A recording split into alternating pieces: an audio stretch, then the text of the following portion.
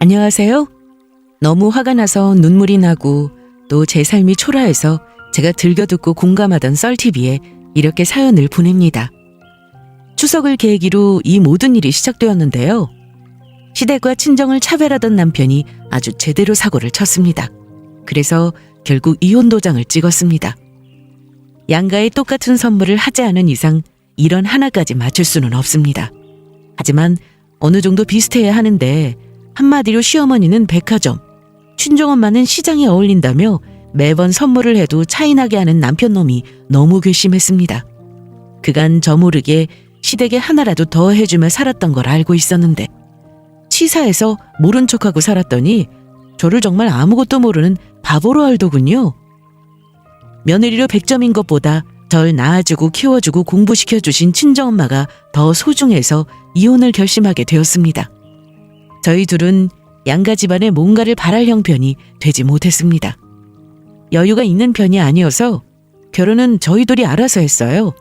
그래도 직장은 괜찮아서 맞벌이로 한 달에 둘이 버는 돈은 괜찮은 편이었습니다.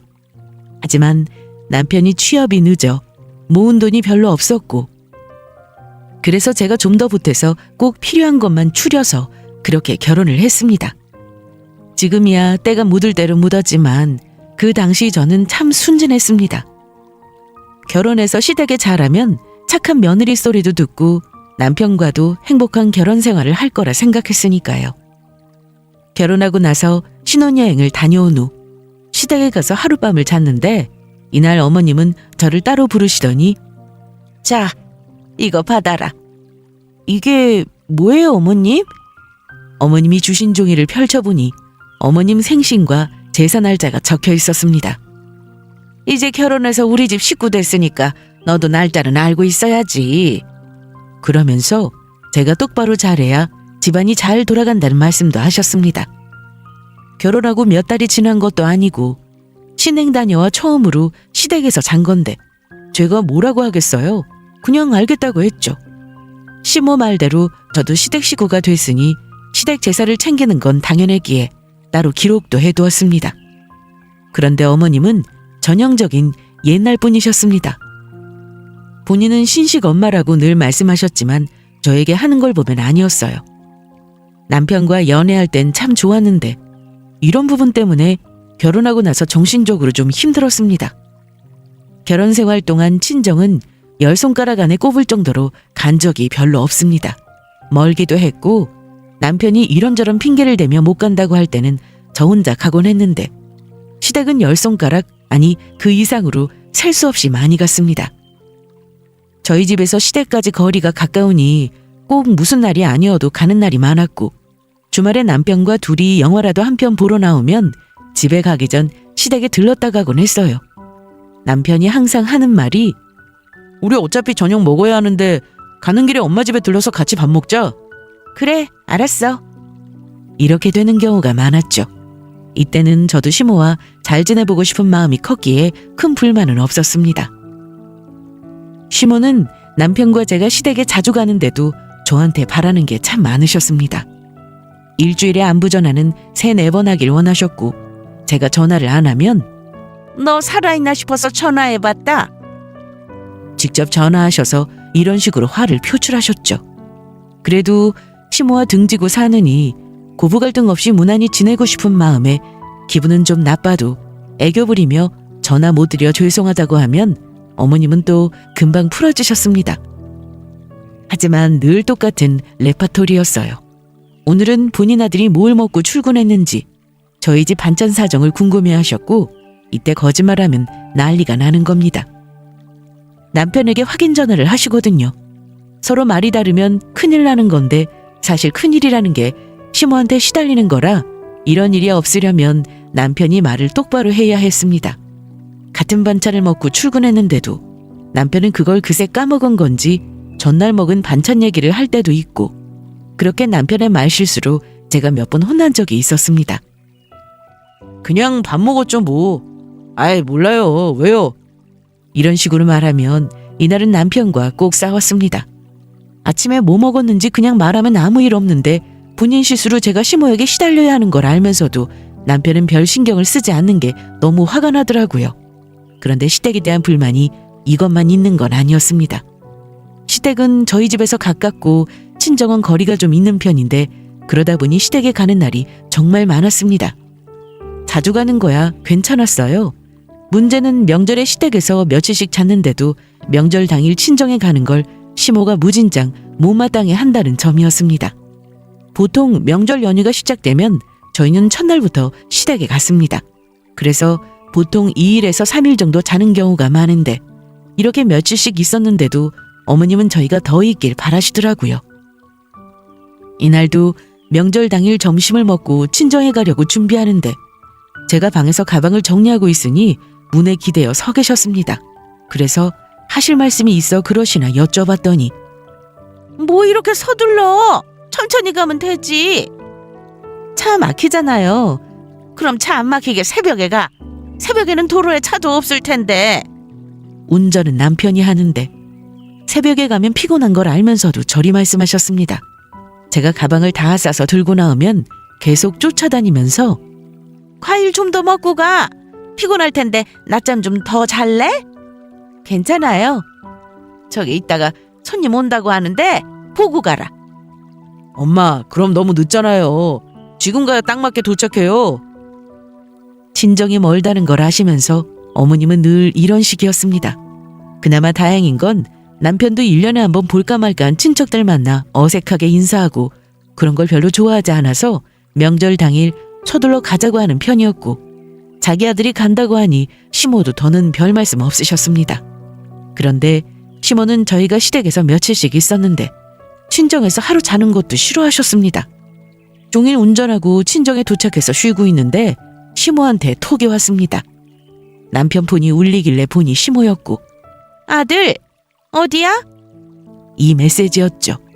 그래서 남편이 바로 전화해서 친정이라고 했더니 아직도 집에 안 갔냐며 피곤한데 왜 여태 거기 있냐고 하셨습니다. 이해하려고 해도 시모는 이해가 되지 않는 행동만 했습니다. 명절이라고 해서 친정에 항상 갔던 건 아니었습니다. 시댁은 집에서 가까우니 명절에 꼭 갔지만 엄마가 차 막히는데 내려오면 고생이라고 해서 친정은 안 간 적도 있었습니다. 그래서 한 번은 시댁에서 바로 집으로 간 적이 있었는데 그때는 시모가 또 이렇게 말씀하셨습니다. 아니 초가도 안 갈 거면 더 놀다 가지 뭐하러 일찍 갔어? 결론은 시댁에 더 오래 있길 바라시는 거였습니다. 남편은 시댁에서 책임감이 좀 강한 편이었는데 어머님이 낮에 일을 다니셨습니다.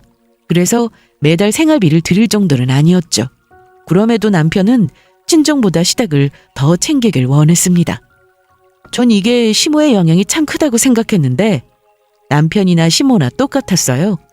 시모는 종종 남편에게 용돈을 달라고 대놓고 톡이나 전화를 하셨는데 아들! 이번 달에 엄마 용돈 안 줘? 지난달에 드린 건 다 쓰셨어요? 그거 얼마나 된다고 진작에 다 썼지. 다음 달에 드려도 되죠? 보통 자식이 이렇게 얘기하면 알겠다고 하는 게 부모인데 시모는 남편에게 에휴 늙으면 죽어야지. 자식한테 돈이나 바라고. 이런 말씀을 하시면서 남편을 속상하게 만들었습니다.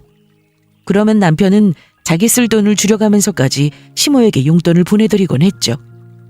이런 생활을 하다 보니 저도 시모와 잘 지내보고 싶다는 생각보다는 점점 거리를 둬야겠다고 싶었고 시댁에서 오라고 해도 이런저런 핑계를 대며 안 가게 되었습니다.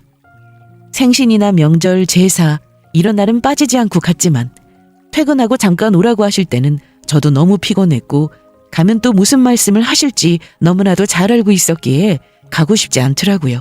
그런데 제가 시댁에 안 가면 시모를 자주 안 보겠다 싶었는데 시모가 집으로 찾아오더군요. 이날은 주말이었고 모처럼 남편과 영화를 보러 나갔습니다. 그런데 시모한테 전화가 와서 받았더니 집에 왔다고 하시더라고요. 보통 이런 경우 집에 아무도 없으면 그냥 가는 게 맞는데 시모는 그런 사람이 아니었습니다. 어머님, 저희 영화 보러 나왔어요. 그래? 언제 끝나냐? 이제 시작할 시간 다 돼서 들어가려고요. 그래? 나 지금 너네 집 왔는데 아무도 없길래 전화해봤다. 어쩌죠. 영화 끝나려면 2시간은 더 걸릴 텐데 전화하고 오시죠. 그래서 저는 어머님이 당연히 그냥 가신다고 할 줄 알았습니다. 시댁이 먼 것도 아니고 버스 타면 한 번에 가는 거리였으니까요. 하지만 시모는 그래? 그럼 문 앞에서 기다리고 있으마. 영화 재미있게 보고 오느라. 이런 상황에 어떻게 영화를 맘 편히 보고 오겠어요? 현관 비번 알려드릴 테니 들어가 계시라고 해도 자기는 아들 며느리 사는 집에 마음대로 들어가는 그런 몰상식한 시어머니가 아니라며 저희가 올 때까지 기다린다고 하셨습니다. 이날 결국 저희는 영화를 못 보고 집에 왔는데 여기저기 직구경 좀 하고 싶다고 하시며 구석구석 살펴보시더라고요. 처음 오시는 것도 아니었는데 저희 집에 오시면 그렇게 이것저것 가져가려고 하셨습니다. 이건 슈퍼에서 못 본 과자인데? 어디서 샀니? 아, 그거 사촌 언니가 외국 갔다가 사다 줬어요. 쑥머니거든요. 그래? 여기 많으니까 나 하나 가져가도 되지? 네, 그럼요. 많으니까 좀 더 가져가세요. 이런 생활이 자주 반복된다고 생각해보세요. 며느리 도리고 뭐고 간에 다 싫어집니다. 시모의 막무가내 행동으로 저와 남편은 거의 매일 싸웠는데 남편이라도 내 편이 되어서 중간 역할을 잘해줬더라면 제가 이렇게까지는 안 했을 겁니다. 제가 시모 때문에 스트레스를 받으니 남편도 결국 시댁에 가자는 말을 저에게 하지 않았는데 그날 이후로 시댁에 일이 생기면 남편 혼자 다녀오곤 했습니다. 착한 며느리 안 하니까 너무 편했습니다. 그동안 시댁에 잘 보이려고 전전긍긍하며 살았던 제 자신을 보며 왜 그랬나 싶었습니다. 그렇게 시댁과 거리를 두고 살면서 마음은 편했지만 남편과 다툼이 완전히 사라진 건 아니었습니다. 알게 모르게 친정과 시댁을 차별하는 남편을 보며 저도 그간 참고 있었는데 저 때문에 시댁에 가는 횟수가 줄었다며 선물을 해도 시댁에 좀 더 좋은 걸 해야 하는 게 아니냐고 하더라고요. 명절에 양가에 똑같이 현금을 드렸지만 선물도 늘 해왔기에 백화점이나 마트에 선물을 사러 가면 남편은 너무 신중하게 선물을 골랐습니다. 자기야, 그냥 편하게 같은 걸로 사자. 우리 여기 들어온 지 2시간 넘었어. 가만히 있어봐. 비교하고 있잖아. 그렇게 남편이 신중에 신중을 기해서 고른 선물을 보면 항상 시댁 선물이 더 비쌌습니다. 그런데 이걸 따지고 들기가 너무 애매했어요. 예를 들어 친정 선물이 5만 원이면 시댁 선물은 5만 3천 원 이런 식이었습니다. 남편은 단돈 1,000원이라도 비싼 걸 해야 하는 사람이었죠. 차이가 엄청 크면 모를까 몇천 원으로 따지고 두는 것도 웃기고 그래서 매번 그냥 넘어갔는데 어느 날 남편이 시댁에 저 모르게 용돈을 드리고 있다는 걸 알게 됐습니다. 굳이 비교하자면 친정이 시댁보다 형편이 좀 나은 편이었는데 그래서 저도 시댁을 더 챙겨드리고 싶은 마음이 컸습니다. 물론 결혼 초에 말이죠. 하지만 그간 여러 일들이 있었고 시댁과 사이가 안 좋은 상황에서 남편이 저 몰래 용돈을 드리고 있었다는 걸 알게 되니 화가 났습니다. 퇴근 후 남편에게 용돈 얘기를 꺼냈더니 그게 무슨 말이야? 나 용돈 드린 적 없는데? 이래도 계속 거짓말할래? 시모가 남편에게 보냈어야 할 문자를 저에게 보내면서 제가 알게 된 거였는데 남편에게 해당 문자를 보여주자 그제야 미안하다고 했습니다. 엄마가 돈이 필요하다고 하는데 그럼 어떡해? 나한테 말을 했어야지. 어떻게 마음대로 해? 입장 바꿔서 내가 친정에 당신 몰래 돈 드리고 있었다면 당신은 좋겠어? 알았어. 미안해. 다음부터는 안 그럴게. 어쩐 일인지 남편이 화를 내기는커녕 바로 미안하다고 사과를 했습니다. 앞으로는 저 몰래 시댁에 용돈 드리는 일은 없을 거라고 하더라고요. 다신 안 그런다고 하는데 제가 더 뭐라고 하겠어요? 그래서 그 일은 그렇게 조용히 넘어갔는데 어느 날부터 남편이 사업 얘기를 꺼내기 시작했습니다. 결혼 전 연애를 할 때 남편은 사업을 한번 해보고 싶다는 말을 하곤 했는데 그땐 그냥 하는 말인 줄 알았습니다. 갑자기 무슨 사업? 내가 전부터 말했었잖아. 사업 해보고 싶다고. 그래도 사업하려면 자금도 필요하고. 알지. 그걸 왜 몰라. 하고 싶다고 말도 못하냐? 남편은 제가 반대하는 것 같으니 괜히 짜증을 부렸습니다. 솔직히 저는 알고 있었어요. 남편은 사업하면 안 되는 사람이라는 걸요. 해보지도 않고 어떻게 하냐고 하실 수도 있는데 저도 사업을 안 해봐서 잘 모르지만 주변에 사업하는 사람들 보면 엄청 부지런하거든요. 내 시간도 없고 주말에도 못 쉬는 게 사업인데 남편은 자기 취미는 꼭 해야 하고 친구들과 술 약속도 자주 있는 사람이었습니다. 저와 결혼하고 얼마 되지 않았을 때 이직한다고 다니던 회사를 나와 2달 정도 틈이 났을 때가 있었어요. 그때 남편은 부지런히 취직 자리를 알아보러 다니는 게 아니라 퍼즐러 자기 바빴습니다. 이때 다니던 회사 사정을 그만둔 거라 제일 힘든 사람은 남편이라 생각해서 그저 지켜만 봤습니다. 그렇게 겨우 이직을 했는데 직원들과 친해져야 한다면서 회사 전체 회식을 제외하고 부서 회식을 그렇게 자주 했습니다. 회식도 남편이 거의 주도한 거였는데 그렇게 술 마시고 늦게까지 노니까 살이 안 찌겠어요? 이번엔 본인 살쪘다고 동네 헬스장 등록하고 수영하고 싶다고 취미생활 시작하고는 전화해서 왜 안 들어오냐고 하면 야근하고 있다고 거짓말도 했습니다.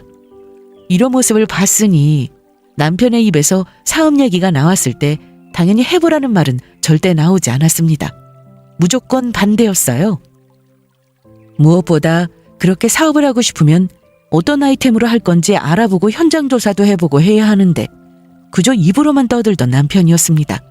저도 남편이 사업가 기질을 보이고 정말 의지에 불타오르는 모습을 봤다면 한번 해보라고 했겠지만 집에 오면 사업하고 싶다는 말뿐이었고 매일 퇴근하고 친구를 만나 술 마시고 늦게 들어오는 게 일상이었습니다. 그런데 사업 얘기를 한참 자주 하다가 제가 안 된다고 못을 박았더니 그때부터 남편은 술 약속이 있든 없든 늦게 들어올 때가 많았습니다.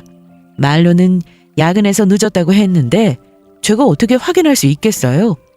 그런데 주량이 좀 센 편이었던 남편은 웬만해서는 취하지 않는데 유독 취해서 들어올 때도 많았습니다.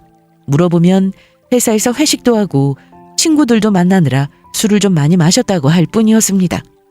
곧 추석이 다가오는데 남편은 거의 매일 술을 마시고 들어왔습니다. 그리고 추석 연휴가 시작되기 전날 남편은 역시나 술에 취해 들어왔는데 그냥 취한 정도가 아니었어요.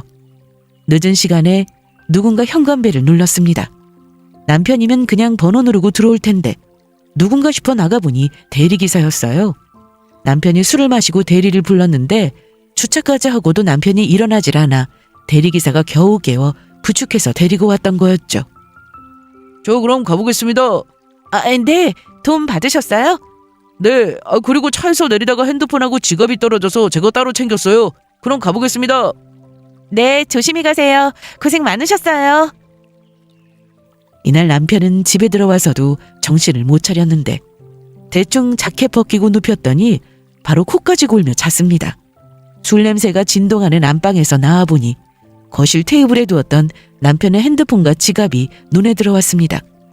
짜증도 나고 잠도 다 깬 상태라 대체 뭘 하고 다니나 싶어 남편 폰을 들여다봤는데 그걸 본 저는 그 자리에서 경악하고 말았습니다.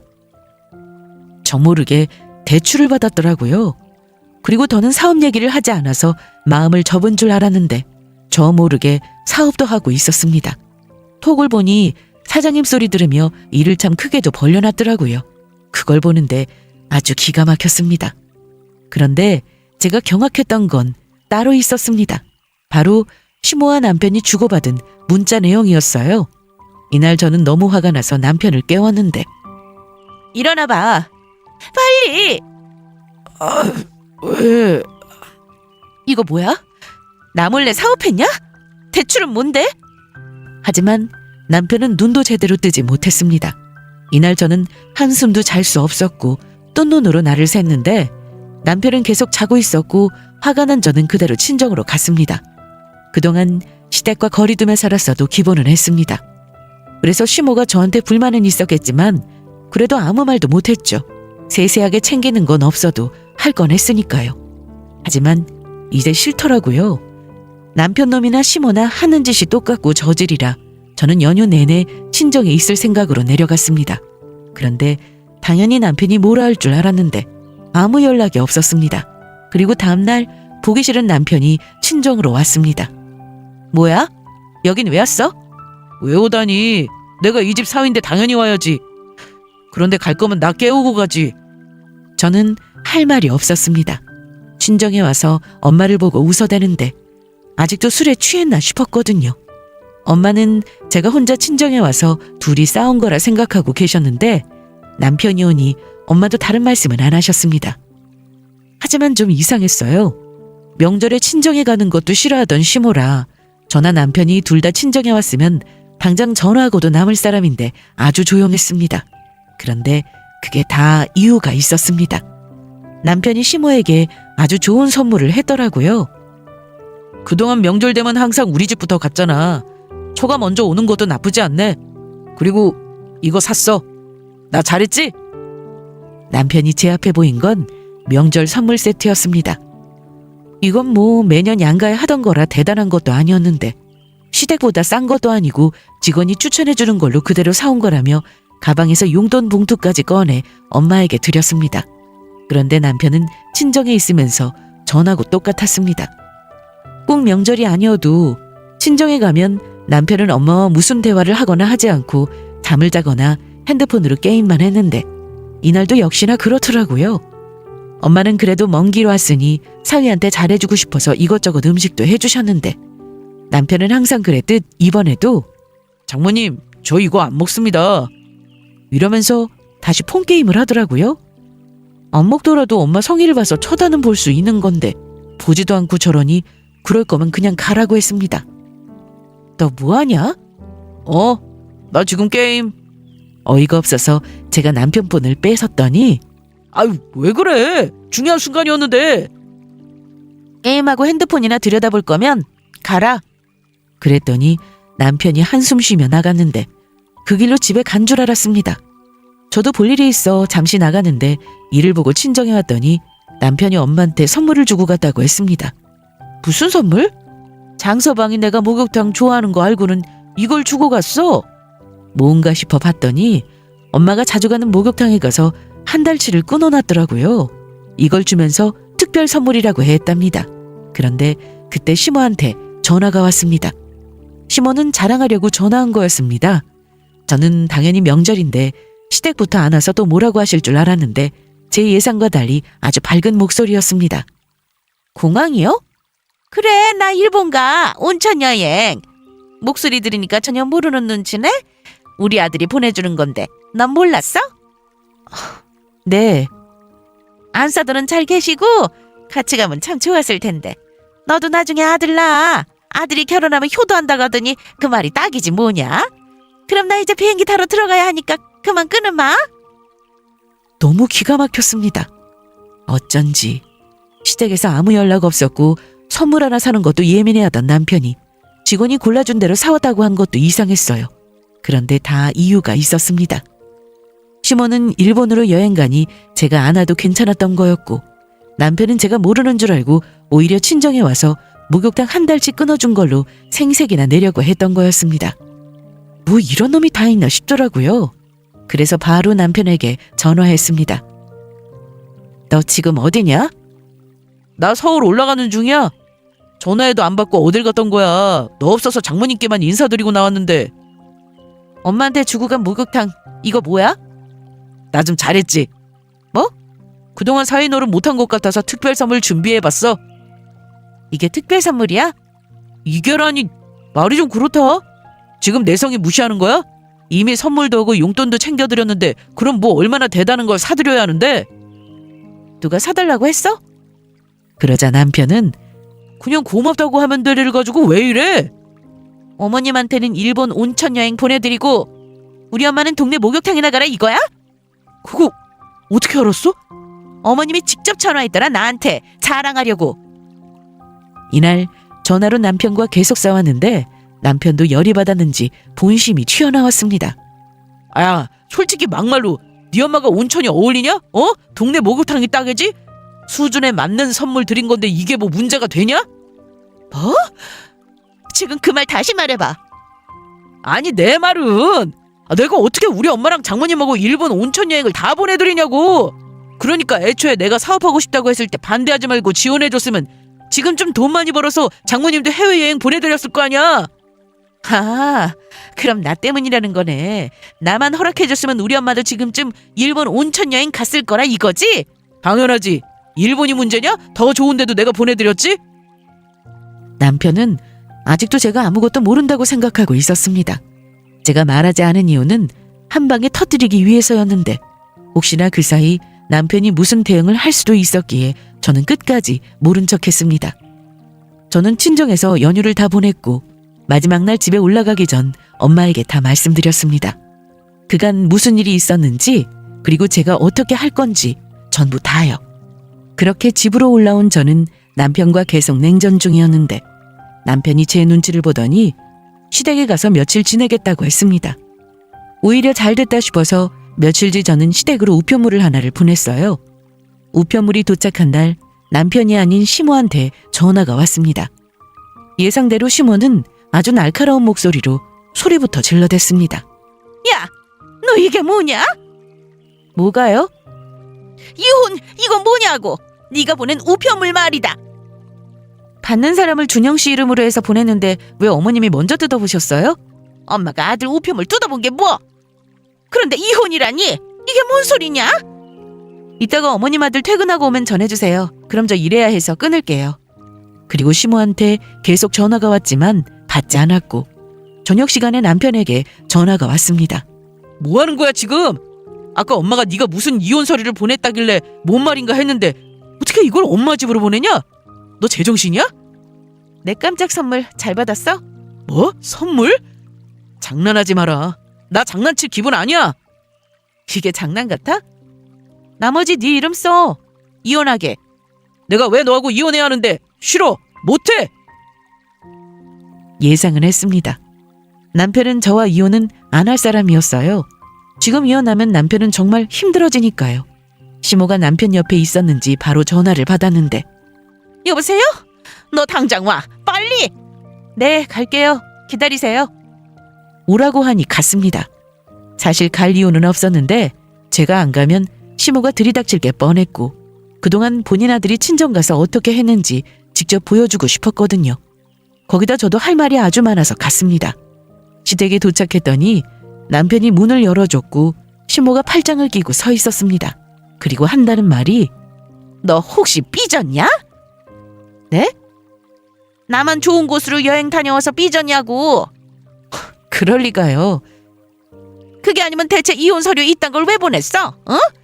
이건 장난이 좀 심한 거 아니야? 누가 이혼 서류를 장난으로 보내요. 전 진심이에요. 남편 역시 제가 아무것도 모르는 줄 알았고 그저 시모만 온천 여행을 다녀와서 제가 섭섭해서 그런 줄 알고 있었습니다. 그럼 대체 왜 그러는데? 사업 못하게 하는 네 앞에서 내 유일한 꿈이었지만 그것도 접었고 엄마한테 용돈 몰래 준 걸로 뭐라 해서 그날 이후로 드린 적 없어. 내가 엄마 집에 가자고 해도 네가 싫다고 할 때만 억지로 가자고 안 하고 나 혼자 갔고 네 말대로 하고 살았는데 뭐가 문제야? 형편이 안 되니까 장모님한테는 좋아하시는 목욕탕 실컷 가시라고 끊어드린 건데 그게 그렇게 잘못됐냐? 잘못됐어. 전부 다. 뭐? 꿈을 접어? 남몰래 사업 시작해놓고 거기다 대출도 어마어마하게 받았더라? 아니 다 알고 있으니까 딴소리 할 생각 마. 그리고 어머님한테 용돈 드리는 것도 한동안 안 보내다 내가 신경 안 쓰는 것 같으니 다시 보냈잖아. 나 몰래 이런 일 벌여놓고 나더러 다 이해하고 참고 살라고? 남편이나 시모는 아무 말도 못하고 있었고 저는 소파에 앉아 핸드폰을 보며 만지작거리고 있었습니다. 그랬더니 시모가 저를 보며 역정을 내시더라고요. 저 그만 집에 가도 되나요? 할 말도 했고 내일 출근해야 해서 너무 피곤하거든요. 뭐? 시모는 할 말이 없는지 계속 가만히 있다가 저의 이런 행동에 버릇없다며 트집을 잡았는데 어른한테 말을 싸가지 없게 한다며 언성을 높였습니다. 제가 잘못한 게 뭔데요? 친정에서 그렇게 배웠냐? 어디 시어머니 앞에서 핸드폰이나 하고 자기 할 말 다 했다고 간다고 하고 너 이렇게 하면은 다 네 부모 욕먹이는 거야. 저는 끝까지 조용히 다 들었습니다. 그리고 나서 할 말을 했죠. 그렇게 가정교육 운운하시면서 어떻게 아들을 저렇게 키우셨어요? 너 지금 제가 말을 다 한 다음에 하셨으면 좋겠는데요. 저도 어머님 말씀하실 때 끝까지 다 들었잖아요. 그렇게 잘난 어머님 아들이 그간 저하고 결혼해서 어떻게 산 줄 아세요? 무슨 날 아니면 가지도 않는 친정에 명절이라 가면 손 하나 까딱 안 합니다. 그런데 저는 시댁 오면 밥하는 것부터 시작해서 설거지까지 하고 주변 정리도 다 하는데 저 사람은 핸드폰에 미쳐서 엄마가 대화 좀 하자고 해도 먹을 거 만들어 갖다 바쳐도 다 싫다고 하는 사람이에요. 그건 예의가 있는 거예요? 그래서 그걸로 저희 그동안 엄청 싸웠어요.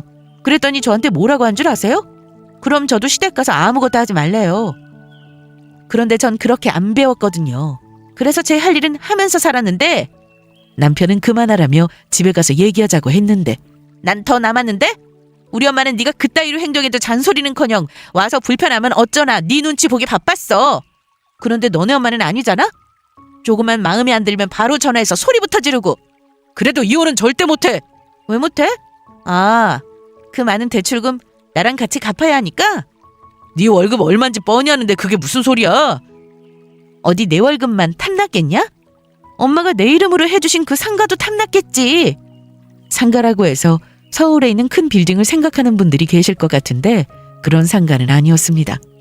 친정 근처, 그러니까 지방에 있는 아주 작은 상가였는데 아빠 돌아가시고 엄마가 관리하고 계셨어요.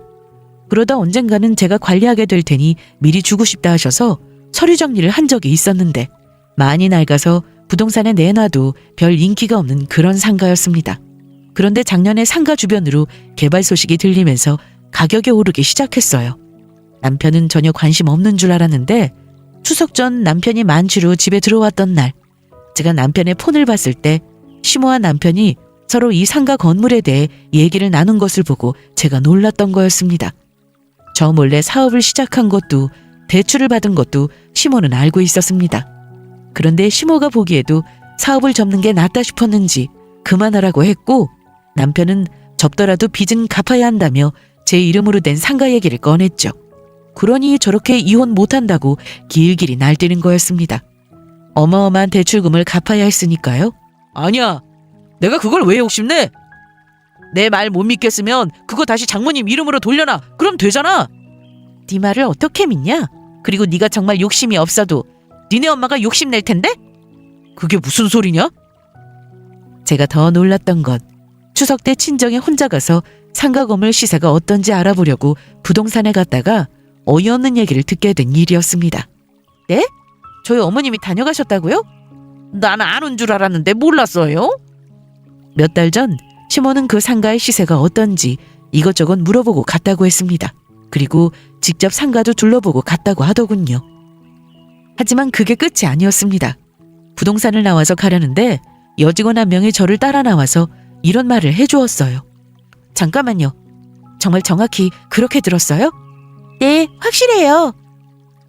시모가 상가 건물을 알아보러 왔던 날 부동산 앞에서 누군가와 통화하는 걸 들었다고 했는데 아마도 통화 내용으로 봐선 변호사 사무실에 전화를 한 것 같다고 했습니다. 시모는 자기 아들과 며느리가 이혼하게 되면 며느리 재산도 분할해서 뺏을 수 있는지 물어봤다고 했어요. 그래서 이 얘기를 시모 앞에서 했더니 내가 언제? 나 그런 적 없다. 요즘 세상이 어떤 세상인데 핸드폰 맡기면 통화 내역 다 나와요. 거짓말할 생각 마세요. 그 얘기 직접 들은 사람도 있고요. 아니 엄마, 거긴 혼자 언제 갔어요? 난 그냥 궁금해서. 너희 매일 싸우고 사는 거 내가 모르는 줄 알았어? 저러다 혹시 정말 이혼하는 거 아닌가 싶어서 그냥 정말 순수하게 물어만 보러 간 거야. 결혼할 때 시댁에서 뭐 보태준 거라도 있으면 모를까. 아무것도 없었으면서. 이 사실을 알았을 때 저는 너무 충격적이고 무섭기까지 했습니다. 남편은 이 와중에 계속 이혼은 못한다고 했는데 그럼 어쩔 수 없지. 소송하는 수밖에. 뭐? 야, 이혼 소송해도 재산 분할은 해야 하는데 너 그 재산 지키려면 이혼 안 하는 게 나을 텐데? 그건 네가 알 거 없고 너나 신경 써. 저는 추석 연휴 때 친정에 내려가서 변호사와 계속 통화했습니다. 남편의 빚을 알고 이걸 어떻게 해야 하는지 전혀 저는 모르는 빚인데 저도 갚아야 하는 건지 답답해서 지인을 통해 변호사를 소개받아 이것저것 물어봤죠. 그런데 확인해보니 친정에서 받은 상가도 남편은 아예 자격이 없다고 했습니다. 당연했어요. 남편은 그 상가 건물 유지를 위해 기여한 게 전혀 없었거든요. 오히려 불평만 늘어났죠. 제가 그 상가 명의를 제 이름으로 바꿨다고 했을 때 남편이 궁금하다며 보러 가자고 한 적이 있었습니다. 그래서 친정에 가는 날 같이 가는데 한다는 말이 장모님은 뭐 이런 상가를 주셨어? 그거 쓰러질 것 같은데 수리비가 더 나오겠다. 그만큼 낡은 건물이긴 했습니다. 그래서 남편은 그날 이후 그 상가 얘기는 꺼내지도 않았고 관심도 없었죠.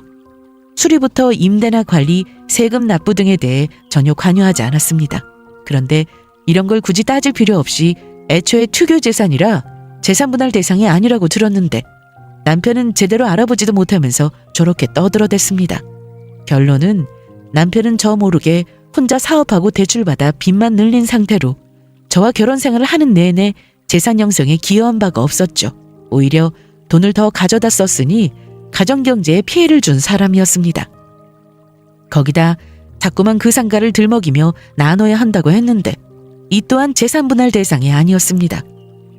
저 모르게 대출받고 사업도 망하고 시댁에 편중된 지출까지. 이 상황에 이혼하면 남편은 재산 분할을 해도 가져갈 돈이 없었기에 이걸 알고 어떻게든 이혼만은 안 된다고 했습니다. 하지만 배우자 몰래 많은 대출이나 사채는 이혼 사유로 인정된다고 했고 이혼 거부하는 남편놈에게 저는 소송을 걸었습니다. 제 명의의 상가가 남편에게는 유일한 희망이었을 텐데 손도 못 대는 상황이 되어버렸으니 얼마나 똥줄이 탔겠어요. 남편은 결국 제 앞에서 무릎을 꿇었습니다. 현소야, 내 사정 좀 봐주라. 쥐도 궁지에 몰리면 문다는 말이 있잖아. 네가 쥐냐? 말도 안 되는 소리 하지 말고. 네가 벌인 일이니까 네가 다 책임져. 나 모르게 빚만 잔뜩 만들어 놓고 양심도 없이 어떻게 그걸 같이 갚자는 말이 나오냐? 그러게 어머님하고 우리 엄마랑 차별도 적당히 했었어야지. 선물 살 때마다 조금이라도 더 좋은 건 시댁에 드리고 유치하게 그게 뭐하는 짓이야? 해외여행 바라지도 않아. 차라리 아무것도 하지 말지 그랬어. 목욕탕 한 달씩 끊어와서는 뭐? 우리 엄마는 동네 목욕탕이 딱이라고? 너도 이렇게 맨몸으로 이혼당하고 쫓겨나는 게 딱이야. 그렇게 이혼 소송은 진행되었고 제 예상대로 남편은 재산 분할 받을 것도 없이 그렇게 끝났습니다. 그리고 큰 액수는 아니었지만 부부간 신뢰를 깨트린 남편에게 혼인 파탄할 책임이 있어서 남편이 저에게 위자료를 지급하라는 판결이 나왔습니다. 상황이 이렇게 되자 전시모는 어떻게든 제 마음을 돌려보려고 했지만 저는 아예 전시모 전화도 받지 않았고 찾아와도 문을 열어주지 않았습니다. 그랬더니 전시모가 전남편과 함께 친정엄마를 만나러 가더라고요. 엄마가 평소 여린 분이라 혹시나 괜히 당한 건 아닐까 내심 걱정했는데 괜한 걱정이었습니다. 그날 전시모와 전남편은 지방까지 내려가 물세례를 받고 돌아와야 했습니다. 엄마는 제가 괜히 신경 쓸까봐 아무 말씀도 안 하셔서 저는 전혀 모르고 있었는데 전남편이 저희 엄마를 만나고 올라오던 날 회사 앞으로 찾아와 얘기를 해줬습니다. 너네 엄마랑 너랑 지금 뭐하냐? 니네 엄마 툭하면 집에 와서 벨 누르고 한참 서 있다가 가는 거 알고 있냐? 내가 그러지 말라고 할게. 그런데 장모님 그동안 그런 성격 어떻게 숨기고 사셨대? 누가 네 장모야. 그리고 우리 엄마 성격이 뭐? 오전에 회사 빠지고 엄마랑 장모님 만나고 왔어. 거길 왜 가? 가서 또 뭔 짓 했냐? 걱정 마. 아무 짓도 안 했고 내 꼴 보면 알겠지만 장모님이 나랑 엄마한테 물 뿌렸어. 그런데 냄새 맡아보니까 그냥 물이 아닌 것 같은데. 엄마를 만나서 잘못했다고 하려고 했다는데 저희 엄마가 두 사람을 보자마자 안으로 들어가서는 대야를 들고 나와 뿌리더랍니다. 그동안 사위가 오면 손님이다 생각하고 잘해줬는데 본인 딸은 시댁 가서 그 험한 꼴 당하고 산 걸 생각하니 억장이 무너진다면서 당장 꺼지라고 하셨대요. 엄마는 살면서 그동안 화를 내신 적도 누구한테 싫은 소리 한번 하신 적도 없는 그런 분이셨습니다. 여태 저는 그렇게 알고 있었죠. 사위가 마음에 안 들어도 괜히 싫은 소리 하면 저한테 해가 될까봐 참고 사셨는데 이제 이혼까지 했으니 어디서 구정물을 가지고 나와 뿌리신 것 같았어요. 그 얘기를 들으니 속이 다 시원했습니다. 전 남편의 성격상 이런 꼴을 당했으면 저한테 뭐라고 따져야 맞는 건데 상황이 많이 안 좋긴 한가 보더라고요. 나 불쌍하지 않냐? 하나도. 그러게 네가 사업이 어울리냐? 하지 말라고 했을 때 말 듣지 그랬어. 네 멋대로 하고 그 꼴 당하니까 기분이 어떠냐? 그리고 은행도 아니고 캐피탈에 사채까지. 그걸 무슨 수로 갚을 건데? 그러니까 나도 막막해. 제발. 우리 이제 남이야. 부부 아니라고. 나 네 사연 들어줄 만큼 한가한 사람 아니니까 그만 꺼져. 전 남편은 이날 투자까지 뛰며 대출금을 내고 있다고 했는데 그래 잘하고 있네. 돈은 그렇게 땀 흘려 벌어야지. 대출받아 큰돈이 통장에 들어올 땐 좋았지? 그 돈 펑펑 쓰며 살 때도 좋았고 앞으로 그렇게 열심히 투자 뛰면서 빚 갚으며 살아. 참. 그리고 위자료 이런 식으로 안 주면 네 월급 통장 압류할 거니까 그렇게 하라. 야, 지금까지 내가 한 말 어디로 들었어? 내가 어떤 상황인지 알면서. 그건 네 사정이지. 나랑 이혼하기 전에 내 사정 봐가면서 살았냐? 네 멋대로 했잖아. 그런데 나 이제 네 와이프 아닌데 내가 왜 네 사정을 봐줘야 하냐? 좋은 말로 할 때 바로 보내라. 결국 얼마 뒤 전 남편은 위자료를 보냈습니다. 알고 보니 전 시댁집 담보로 대출을 받았더라고요. 대출받은 돈으로 저한테 위자료 주고 남은 걸로 본인 대출금을 일부 갚았다는데 듣기만 해도 한심했습니다. 저는 그렇게 전 남편과 모든 관계가 정리되고 난 후 이사를 갔습니다. 전시모가 툭하면 찾아오는 것도 짜증나고 경찰을 부르면 어느새 도망가 버리는 탓에 잡을 수도 없었거든요. 회사 때문에 친정 근처로 이사 갈 수도 없었는데 그래도 더는 전시모와 전 남편을 안 보고 살아도 되니 너무 좋습니다. 친정은 여전히 멀어서 자주 못 가지만 이제 신경 쓸 시댁도 남편도 없어서 연차를 쓰거나 주말에 친정에 가곤 합니다. 참, 최근엔 친정엄마와 제주도 여행을 다녀왔습니다. 해외로 가고 싶었는데 엄마도 하는 일이 있으시고 오래 시간을 낼 수 없다고 하셔서 가까운 제주도로 다녀왔어요. 진작에 이런 시간을 보낼 걸 그가 뭐하고 살았나 싶었습니다. 엄마가 너무 좋아하셨거든요. 그래서 앞으로 엄마와 이런 시간을 자주 만들어 보려고 합니다.